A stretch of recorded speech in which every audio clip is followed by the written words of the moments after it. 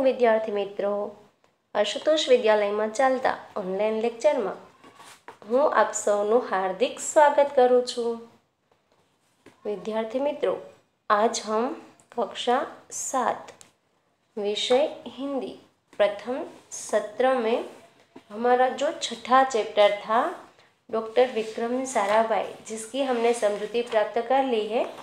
आज हम इस पाठ के अभ्यास और स्वाध्याय के सवाल जवाब जो है उनका वह अभ्यास करेंगे। ठीक है, तो शुरू करते हैं। सबसे पहले हम जो है वह शब्दार्थ देख लेते हैं। इसमें है इरादा। इरादा का अर्थ होता है विचार या संकल्प। लिफाफा, तो इसका अर्थ होता है कागज की वह चौकोर थैली जिसके भीतर चिट्ठी या कागज पत्र रखकर भेजा जाता है। ढेरों, इसका अर्थ होता है बहुत या तो ज़्यादा या अधिक। लेस यानी कि सुसज्जित। लेस का अर्थ होता है सुसज्जित। अनुसंधान, अनुसंधान का अर्थ होता है आविष्कार या खोज कह सकते हैं, और इसे हम संशोधन भी कह सकते हैं। और उपाधि, इसका अर्थ होता है प्रतिष्ठा सूचक पद या तो खिताब। अब हम देखते हैं अभ्यास। अभ्यास में हमारा पहला प्रश्न है, निम्नलिखित प्रश्नों की मौखिक चर्चा कीजिए। तो यहाँ पर विद्यार्थी मित्रों हमें जो भी सवाल दिए गए हैं उनकी हमें मौखिक जो है वह चर्चा करनी है। इसमें पहला है, विक्रम साराभाई ने अपने नाम खुद क्यों चिट्ठियाँ लिखी होगी। तो इसकी चर्चा करते हुए शिक्षक जो है वो विद्यार्थी से कहते हैं कि तुम कैसे कह सकते हो कि व्यक्ति में बड़ा बनने की इच्छा बचपन से ही होती है। तो अब विद्यार्थी जो है उनका उत्तर देते हुए कहता है, गुरुजी कहते हैं कि बच्चों के लक्षण पालने से ही दिखाई देते हैं। विक्रम साराभाई को ही लीजिए, उनमें प्रसिद्ध होने की इच्छा बचपन से ही जाग उठी थी। शिक्षक, वह कैसे। तो विद्यार्थी कहता है, 5-6 वर्ष की उम्र में उन्होंने देखा कि उनके पिता के नाम रोज बहुत सारे पत्र आते हैं। उन्होंने सोचा कितना अच्छा हो अगर मेरे नाम भी अनेक पत्र आए। तो शिक्षक कहते, परंतु उनके नाम पत्र आते कैसे। तो विद्यार्थी जवाब देता है, यही तो बात थी, बालक विक्रम को भी पता था कि उनके नाम पत्र आने वाले नहीं हैं। तब उन्होंने खुद ही पिताजी के नाम आए कई लिफाफों पर अपना नाम लिखा और वे लिफाफे डाकघर में डाल आए। इस तरह उनके नाम पर भी अनेक चिट्ठियाँ आने लगी। तो अब शिक्षक कहते हैं, सचमुच यह घटना भविष्य में उनके महान व्यक्तित्व बनने की सूचक थी। अब हमारा दूसरा प्रश्न है इसमें, विक्रम साराभाई साइकिल पर विभिन्न कलाबाजियाँ करते थे, इस तरह आपको क्या करना पसंद है। तो विद्यार्थी मित्रों इस सवाल का जवाब जो है वो आपको खुद लिखना है, क्योंकि आपको क्या क्या पसंद है। हर विद्यार्थी को एक से जैसे चीज़ तो पसंद होती नहीं। किसी को साइकिल चलाने में मज़ा आता है, ठीक है, तो कोई जो है वह छोटी छोटी कविताएं बनाना पसंद होता है, किसी को चित्र बनाना अच्छा लगता है, किसी को चित्र के अंदर रंग जो है वह पूरना अच्छा लगता है। यानी कि हर जो विद्यार्थी है उनकी पसंद अलग अलग होती है, उनका काम करना अलग अलग, उन्हें अलग अलग काम करना पसंद होता है। सभी विद्यार्थियों का शौक जो है वह एक जैसा नहीं होता, लेकिन बच्चे जो अब विद्यार्थी जो है वह जो कुछ भी करते हैं उससे माता पिता या लोगों को पता चलता है कि आप बड़े होकर क्या बनना चाहते हैं। अब देखो कई बच्चे के ऐसे होते हैं कि जो हम खिलौने लाते हैं तो खिलौना घर में आते ही उन खिलौनों को पहले जो पूरा खोल देते हैं, ठीक है, और फिर वापस उन्हें जोड़ते हैं। तो ऐसा करने वाले बच्चों को देखकर हमें लगता है कि यह बच्चा जो है वह आगे जाकर इंजीनियर बनेगा। इसी तरह कई बच्चे होते हैं कि जिन्हें चित्र दौड़ना बहुत अच्छा लगता है, ठीक है, तो वह कई सारे अच्छे अच्छे चित्र बनाते हैं। तो उसे देखकर हम कह सकते हैं कि यह भाई बड़ा होकर एक चित्रकार बनेगा। तो उनका काम, इस तरह आपको क्या काम पसंद है वह आपको खुद लिखना है। जैसे देखो मैं यहाँ पर कुछ मैंने उदाहरण दिए। अब देखिए, मुझे छोटी छोटी कविताएं बनाकर उन्हें गाना पसंद है। चुनाव के समय अपनी मनपसंद पार्टी के पक्ष में ट्रक पर सवार होकर प्रचार करना मुझे अच्छा लगता है। मैं जोशीले नारा लगाता हूँ। कविता में उस पार्टी की विशेषताएं और उपलब्धियां उजागर करता हूँ। मेरे मेरे इस शौक के पीछे मेरा कैसा भविष्य छिपा है यह मैं नहीं जानता। यानी आप नहीं जानते कि आपका भविष्य क्या है, लेकिन हमारे आसपास जो हमारे बड़े व्यक्ति, बड़े बुजुर्ग हैं हमारे परिवार के, उन्हें पता चलता है कि आप इससे बड़े होकर क्या बनेंगे। तो आपको लिखना है, खुद लिखना है जो काम करना, जो कार्य करना आपको पसंद है। अब हमारा दूसरा प्रश्न है, इस पाठ को ध्यानपूर्वक पढ़ते हुए विक्रम साराभाई के बचपन की घटना अपने शब्दों में लिखिए। तो यहाँ जो है वह घटना जो है वह बचपन की मैं अपने शब्दों में आपको सुनाती हूँ, लेकिन आपको जो है अपने शब्दों में जो है यह घटना लिखनी है। विक्रम साराभाई की उम्र उस समय 5-6 वर्ष की होगी। उनका परिवार घूमने फिरने शिमला गया था। विक्रम के पिता अंबालाल एक बड़े उद्योगपति थे, इसलिए उनके नाम प्रतिदिन ढेरों पत्र आते थे। बालक विक्रम के मन में इच्छा हुई कि उसके नाम भी रोज बहुत सारे पत्र आए। उसने बहुत से लिफाफे पर अपना नाम तथा पता लिखा और उन्हें पोस्ट ऑफिस में डाल आया। अब विक्रम के नाम भी खूब चिट्ठियां आने लगी। इस घटना से इस महान वैज्ञानिक के बुलंद इरादों की झलक बचपन में ही मिल जाती है। अब हमारा तीसरा प्रश्न है, निम्नलिखित शब्दों के अर्थ शिक्षक छात्र से पूछेंगे और छात्र शब्दकोश से अर्थ ढूंढकर उत्तर देने के लिए अपना हाथ खड़ा करेंगे। तो यहाँ पर जो प्रश्न है उनके जवाब आपको जो है शब्दकोश में से ढूंढ कर देना है। पहला हमारा शब्द है गाथा, जिसका अर्थ होता है कथा। फिर है प्रतीक, जिसका अर्थ होता है चिन्ह। विक्रम, विक्रम का अर्थ होता है वीरता। तत्पश्चात, इसका अर्थ होता है उसके बाद। फिर है कैम्ब्रिज, कैम्ब्रिज का अर्थ होता है इंग्लैंड का एक विश्वविद्यालय। भौतिक, भौतिक का अर्थ होता है सांसारिक। अंतरिक्ष, अंतरिक्ष का अर्थ होता है आकाश। प्रयोगशाला, प्रयोगशाला का अर्थ होता है वह स्थान जहाँ विज्ञान संबंधी प्रयोग किए जाते हैं। फिर है इंटरनेशनल, इसका अर्थ होता है अंतरराष्ट्रीय। मृत्यु, इसका अर्थ होता है मरण। ऊर्जा, इसका अर्थ होता है शक्ति। युवा, युवा का अर्थ होता है युवक। उत्कृष्ट, इसका अर्थ होता है श्रेष्ठ। स्मारक, इसका अर्थ होता है स्मृति चिन्ह। पुरस्कार, इसका अर्थ होता है इनाम। हवाई, इसका अर्थ होता है काल्पनिक, न हवा से संबंधित। अब हमारा प्रश्न 4 है, शब्दार्थ में निर्देशित शब्दों का वाक्य में प्रयोग कीजिए।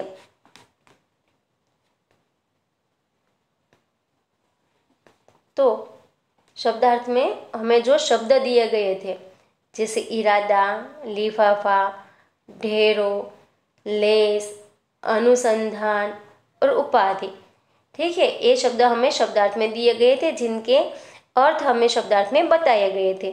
तो अब हमें इन शब्दों का क्या करना है, वाक्य में प्रयोग करना है। तो हमारा पहला शब्द है इरादा, इसका हम वाक्य में प्रयोग करेंगे तो वाक्य बनेगा, हमारा इरादा हमेशा बुलंद होना चाहिए। हमारा दूसरा शब्द है लिफाफा, इसका वाक्य हम बनाएंगे कि लिफाफे के ऊपर पिताजी का नाम है। फिर है तीसरा शब्द हमारा ढेरों, इससे हम वाक्य बनाएंगे, दिवाली पर ढेरों मिठाइयाँ बिकती हैं।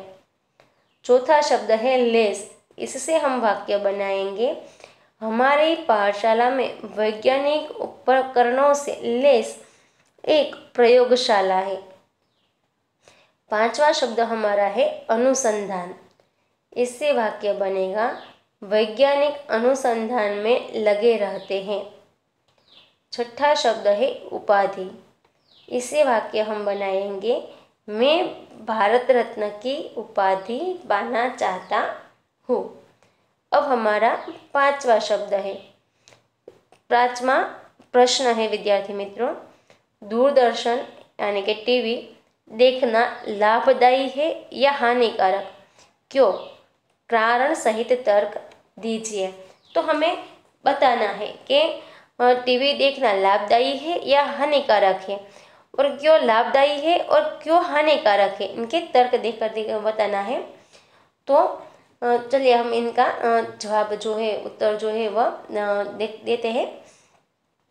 आज घर घर में दूरदर्शन आ गया है, यानी कि आज कोई भी घर ऐसा नहीं है जिसमें टीवी ना हो, सभी के घरों में टीवी होता ही है। अपनी लोकप्रियता के कारण वह हर परिवार के लिए अनिवार्य बन गया है। प्रत्येक वस्तु से कुछ लाभ के साथ कुछ हानियां भी होती ही है, परंतु दूरदर्शन तो लाभों का खजाना है। यह हमें देश विदेश में होने वाली घटनाओं की जानकारी देता है, उन घटनाओं के जीवंत दृश्य भी दिखाता है। बाढ़, अकाल, भूकंप आदि से होने वाले नुकसान दूरदर्शन पर देखकर हमारी मानवता जाग उठती है। दूरदर्शन तरह तरह से हमारा मनोरंजन करता है। फिल्में, धारावाहिक, नाटक आदि के द्वारा यह हमें आनंद देता है। देशभक्ति, समाज सुधार आदि के कार्यक्रम दिखाकर दूरदर्शन समाज में जागृति पैदा करता है। दूरदर्शन पर क्रिकेट, फुटबॉल और टेनिस के मैच देखकर हमारी खुशी का पार नहीं रहता। टीवी के कौन बनेगा करोड़पति जैसे कार्यक्रमों ने सबका दिल जीत लिया है, परंतु टीवी देखने से बच्चों की पढ़ाई में बाधा पड़ती है। खेल कूद छोड़कर टीवी से चिपके रहने के कारण उनके स्वास्थ्य पर बुरा असर पड़ता है। जो चश्मा पहले बुढ़ापे में आता था, वह अधिक टीवी देखने से बचपन में ही आ जाता है। टीवी के कारण हमारा आपसी मेल जोल कम हो गया है और हमारे हरे भरे रिश्ते सूखने लगे हैं। क्रिकेट मैच जैसे कार्यक्रमों में हमारा कितना समय बर्बाद हो जाता है, इसका कोई हिसाब नहीं। वास्तव में हमें टीवी का उपयोग सीमित करना चाहिए। तो विद्यार्थी मित्रों, टीवी के कई सारे लाभ भी है और उसके साथ जो है वह लाभदायी है टीवी और हानिकारक भी है। यानी कि यदि हम सीमित मात्रा में योग्य समय, सीमित समय जो है वो उसके अनुसार टीवी देखें तो हमारे लिए लाभप्रद है, लेकिन ज़्यादातर समय यदि हम टीवी देखने में निकालते हैं तो यह जो है वह हमारे स्वास्थ्य के लिए, हमारी आंखों के लिए और हमारे पारिवारिक रिश्तों के लिए भी जो है वह हानिकारक साबित होता है। तो विद्यार्थी मित्रों, यहाँ पर हमारा जो अभ्यास था उनके प्रश्न जो है वह समाप्त हो जाते हैं। अब हम देख लेते हैं स्वाध्याय हमारा। तो स्वाध्याय जो है उसमें हमारा पहला प्रश्न है, कोष्टक में दिए शब्दों को उदाहरण के अनुसार बल्ले पर इस तरह रखो जिससे अर्थपूर्ण वाक्य बने। तो यहाँ पर हमें जो शब्द दिए गए हैं उन्हें हमें एक वाक्य की तरह लिखना है। जैसे कि हमें दिया गया है, भारतीय अनुसंधान केंद्र का गठन किया। ठीक है, तो अब हमारा इसमें उत्तर लिखना है। उदाहरण, अब हम वाक्य बनाएंगे। तो विक्रम साइकिल पर कलाबाजियाँ करते थे। दूसरा है, यह बालक बड़ा होकर यशस्वी बनेगा। फिर है, उनके प्रयासों से अहमदाबाद में लोक विज्ञान केंद्र की स्थापना हुई। और चौथा वाक्य बनेगा, डॉक्टर विक्रम ने भारत के विकास में उत्कृष्ट योगदान दिया। तो यहाँ पर जो हमें प्रश्न शब्द दिए गए थे वह तो हमारे कई सारे शब्द हैं, ठीक है, लेकिन यहाँ पर हमें जो यह बल्ले दिए गए थे वो केवल कितने हैं? 3 हैं। तो हमने इसके लिए 4 वाक्य बनाए हैं। बाकी के वाक्य जो है विद्यार्थी मित्रों वो आपको खुद बनाने हैं और अपनी किताब में लिखने हैं। अब हमारा दूसरा प्रश्न है, निम्नलिखित एक वचन शब्दों का बहुवचन बनाकर वाक्य में प्रयोग करें। जैसे हमें उदाहरण दिया गया है लड़का तो लड़के, तो इसका वाक्य हम जब बनाएंगे, इन शब्दों का वाक्य में प्रयोग करेंगे तो वाक्य बनेगा लड़के मैदान में खेल रहे हैं। फिर लड़का एक वाक्य में बनेगा लड़का मैदान में खेल रहा है, और जो बहुवचन है उसमें बनेगा लड़के मैदान में खेल रहे हैं। ठीक है। अब है हमारा दूसरा शब्द जो है किताब, और इसका बहुवचन होता है किताबें। तो मैंने किताब खरीदी। ठीक है। और इसका बहुवचन होगा, दो बहुवचन में वाक्य बनेगा कि मैंने 2 किताबें खरीदी। अब हमारा आगे का शब्द है नदी, जिसका बहुवचन होता है नदियाँ। नदी कल कल बहती है, यह एक वचन का वाक्य हुआ। दूसरा बहुवचन का वाक्य हम बनाएंगे नदियाँ हमें पानी देती है। फिर हमारा चौथा शब्द है नारी, जिसका बहुवचन होता है नारियाँ। ठीक है। तो नारी, यहाँ पर हम वाक्य बनाएंगे भारतीय नारी आदर्शवादी होती है। और दूसरा नारियाँ शब्द से हम वाक्य बनाएंगे नारियाँ मधुर गीत गा रही है। फिर हमारा 5वां शब्द है माली, जिसका बहुवचन होता है माली। माली पौधों से फूल तोड़ रहे हैं, या तो हम एक वचन में कह सकते हैं कि माली फूल तोड़ रहा है। तो यहाँ पर हमारा जो दूसरा प्रश्न था वह भी क्या होता है, समाप्त हो जाता है।